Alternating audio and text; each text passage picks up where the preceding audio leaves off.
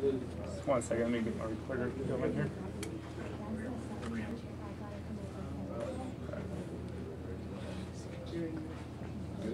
Yeah.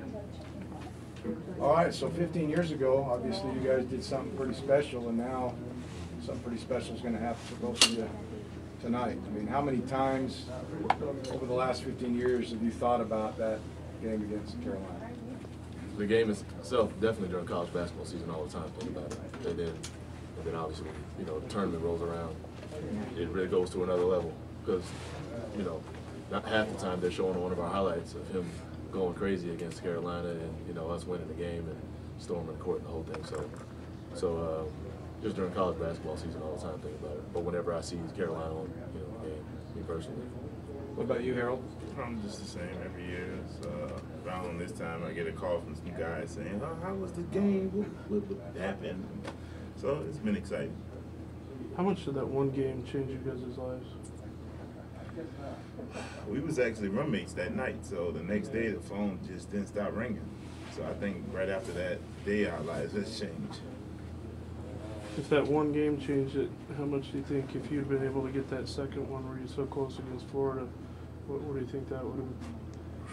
Yeah, I always think about that because to beat Florida, they were beat, really. You know, yes. They weren't beat, but they were beat. You know, based on how the game ended. I don't know if everyone knows the story, but they were beat. You know, after that, they ended up playing Gonzaga the next night. So I'm thinking, okay, we'll beat the Gonzaga. So who knows what could have happened, or maybe not. Maybe Gonzaga goes and blasts us by 30, but I don't think so. But so just kind of, what if it takes over? What has Weber State meant to the both of you throughout the both of your lives since you've left to play pro basketball? I mean, both of us had a lot of choices coming out of junior college. I mean, we could went anywhere. So, I mean, we felt the same our way. I feel the same way I felt then. I feel now. I was happy to be part of the family here. And Coach A did a great job and recruited me and came to the house and made me feel comfortable about coming to Weber State. And it was one of the best decisions I ever made. Yeah, kind of echo the same thing. It's one of the opportunities that was given to us by Coach A. You know, he kind of let us go. He gave us, instilled us with all the confidence in the world, and had a great system in place. And kind of what Harold was talking about a little bit earlier, we were always able to play through mistakes or play through good times, play through bad times. We were always, hey, just go out there and get it done. Again, that went through the entire team, not just me and Harold. I think that was the biggest key for us.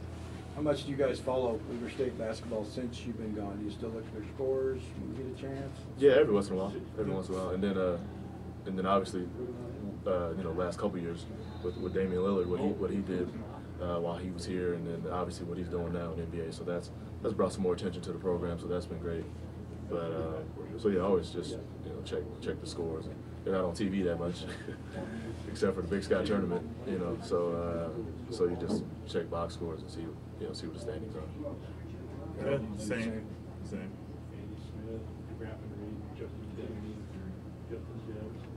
Harold, I want to ask you, if you knew now, if you knew 15 years ago what you knew now, would you have left or would you still have stayed after that junior year? I mean, I'm one of those people that I try not to live in the past. I mean, I got one course of life leads to something else. Maybe if I leave, maybe something else happens. So I mean, I'm in a good place. I'm happy. I'm not a bum. I don't regret anything. So I'm happy with the decision I made.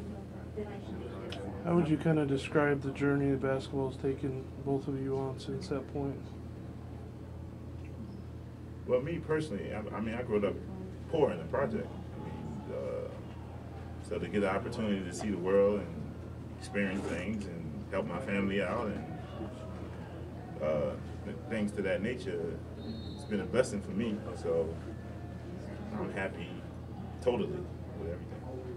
Yeah, I would say the same. Basketball enabled me to get my schooling paid for, which had I not had it, I don't know if I would have been afforded that opportunity. And then again, basketball, I always say, I tell people I chase that basketball all around the world, literally. So there were a lot of experiences that I wouldn't have been able to get a hold of without, my basketball experience starting here, really starting at CEU. So there are a lot of experiences I wouldn't have been able to have without it. Coach Beglin, what's your best memory of these two guys? I know the Carolina game obviously stands out, but well, the Carolina game was terrific, but I had more fun with them in practice than actually the games. The games are tedious and strenuous, but and I know they loved them, but I enjoyed the practice sessions with them. That was the best thing. I found out they could both play. yeah, pretty well. Yeah. A little bit. Every once in a while. How important is it to you to receive this honor from the school? I mean, I know if they would have done this much sooner, but they had a hard time getting you here together at the same time because you're both playing pro ball. I mean, it's extremely important. I think I'll really grasp it all probably 10, 20 years from now. But knowing what, the Hall of Fame means is, that's a select group of, that you're now a part of. So it means the world to me. Especially when you're doing all the great players that play here, and to be among those players, it's a great thing. Coach A mentioned practice with you guys. What were the practices like under Coach A? Both you guys. It was good practices. I mean, if I wasn't getting yelled at. So, I mean, the Carolina game was great, but it was other memories throughout that season that I remember and was like big for me. My biggest moment with Coach A was we actually played Texas Tech in Hawaii, and I went to Midland, Texas, my sophomore season. And the coach at Texas Tech told me I wasn't a Division I player. I wasn't good. So when Coach A put him on the schedule, and we got to beat him. That was like one of my good moments.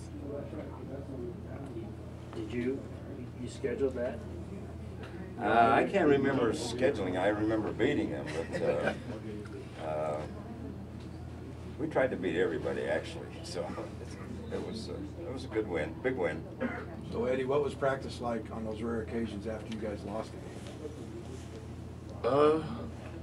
I don't know if he wavered too much after, if we lost or won a game. I feel like he was pretty consistent. I could be completely wrong, but I feel like he was pretty consistent whether we won or lost, which I really respected and I liked because Wichita, like for example, Wichita State, what they're doing right now, that's once in a lifetime. That's not you're gonna lose some games, so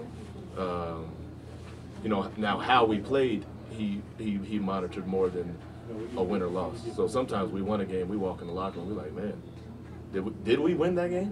It felt like a loss.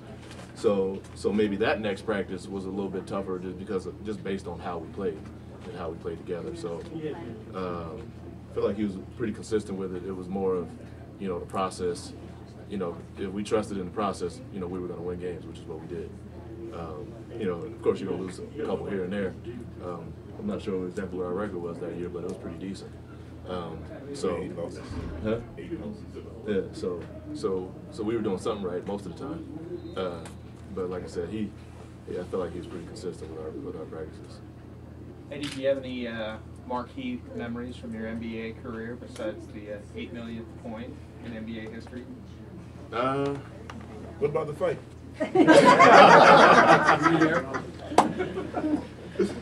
Yeah, that stands out, unfortunately. Well, the 8 millionth point was the funny one. They that particular night. First of all, I didn't even know that night was happening. That was going to be scored that night until afterwards. The reporter, they did an interview afterwards, and they're telling me, yeah, we're watching Allen Iverson, Kobe Bryant, like Shaquille O'Neal. We're thinking all these people who are averaging 25 plus a night, they're going to score it for sure. And it's my rookie year with New Jersey, and I think I probably scored 7 points that night. And one of them just happened to be the 8 millionth point. So I think I probably disappointed them more than anything on that. Then, as far as the brawl goes, that you know, the best part of the brawl was the next night I played 48 minutes. So, because we were down to 6 players. So, I mean, obviously the brawl sticks out because it was just, you know, it was a game changer for a number of reasons. A lot of bad things happened, you know, with that team. They ended up having to just blow that team up, you know, and a lot of the good guys suffered too, because they were just, you know, they're like, we got to do something different, and it was bad. We were probably at that time probably the best team in the league when that happened. So, you know, Detroit Pistons were just coming off the championship. We were in Detroit, you know, beating them by 20 or whatever. I was in the game when it happened, so it was, you know, so that's a moment that stands out for not a good reason, honestly. But I had a lot of good experience. I played with Reggie Miller, you know, arguably one of the best shooters of all time. Was able to assist him on a lot of his baskets. So that's a great experience for me. You know, some of the guys I was able to play with, you know, who were future Hall of Famers probably, you know, and just being there and having that accomplishment was a great thing for me. Do you still maintain relationships with any of those guys that you played with in the league, or just catch them occasionally? A little of both. So like Fred Jones lives in Indianapolis still. I still you know, we talk to his family a little bit. Probably closest to Jermaine O'Neal's family. My wife is, you know, really good friends with his wife. My son and his daughter went to school together in Indiana, so we've kept, you know, close dibs on what they're doing. And so yeah, and then other guys, you know, just you know, when I run across them. But so I have some friends, you know, associates I would call them. I wouldn't have a great deal of friends I would call, but I still keep in touch with a bunch of them, you know, occasionally. I don't know if you guys could imagine this when you arrived here, but when you left school here, did you feel like at some point there was going to be an honor like this for you guys? It never really crossed my mind, to be honest with you. I was just happy to finally start getting paid. So I didn't really know. Yeah, no, it never really. I don't know, just something I never thought about, really. To be honest with you. You guys said you were roommates the night of the North Carolina game. Where was it before? The night before as well? Yeah, well, we always Okay. roommates. I mean, do you remember having any conversations that night about, hey, geez, tomorrow our life could change, or you know, we're going to beat these guys tomorrow, anything like that? You mean prior to? Well, just us being us, we, you know, have a kind of different mentality. Just like, you know, like I was playing against Ed Cota at the time, who was quote unquote one of the best point guards in the country. So I wanted to really put a stamp on it. You know, Harold's always wanted to put a stamp on the game. You know, he was playing against Elijah and who were the other wings over there? Can't think of it. Anyway, so he definitely wanted to make an impression. But not only that, we just felt like we had a genuine chance to win the game. So, you know, never mind the individual battles, you know, within the game. We felt like our team was going to have a real chance to go win the game. And we've been playing together since junior college. So, you know, for us, it was just a game. You know, if I'm running and he got the ball, I run harder because he's going to pass it. So for us, usually he get up and cut his hair. I make jokes.